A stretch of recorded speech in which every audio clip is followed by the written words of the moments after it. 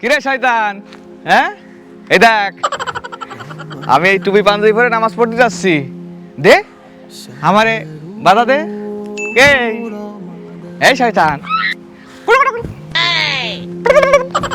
দে আমারে বাধা দে। এই শয়তান, দে আমারে আটকা। কিরাম পারিস আটকা? এই দেখ, আমি নামাজ পড়তে যাচ্ছি, উযু কালাম করে আইছি। দে আমারে বাধা দে। পারবি না তো, রোজার মাস, তোরা তো এখন আর কিছু করতে পারবি না। থাক, ভালো থাক। এই 8টা মাসে তোরা শিক্ষা নে, বাকি 11টা মাস তোরা কিরকম থাকবি, ঠিক আছে? নামাজ পড়তে যাই, তোরা ফালি পড়ে নিস।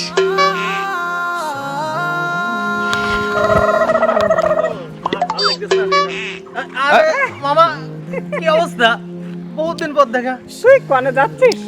আর কইস নে, আমি এখন নামাজ পড়তে যাচ্ছি। শিখিস। দাঁড়া নামাজ পড়ে এত হাজি হয়ে গেছে তো খুব একেবারে।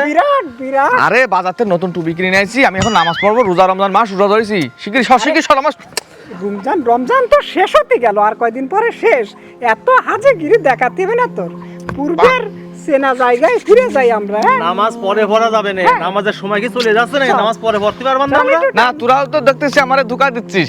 আরে কিসের দোকান? দোকান একটু টান দিয়ে আসি। আরে না, সিসি, আমি এখন নামাজ পড়তে যাবো। টান দিয়ে আরে না, টান দিলে কি হবে না? আরে আমার এখন সময় নেই। আরে তোরা কি করছিস? কি হবে? আরে নামাজ পড়তে যাবো। আরে নামাজের টাইম হয়ে যাচ্ছে। আরে পরে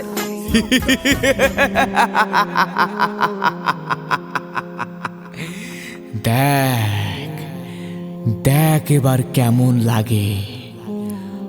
আমাদের থেকে বড় শয়তান এখন মানুষের ভিতরে বসবাস করে। আমরা আর কি শয়তান?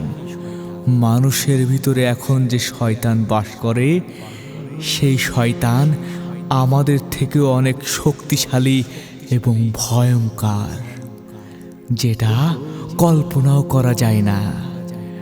মানুষগুলো এখন শয়তানের থেকেও অনেক বড় শয়তানের ভূমিকা পালন করছে।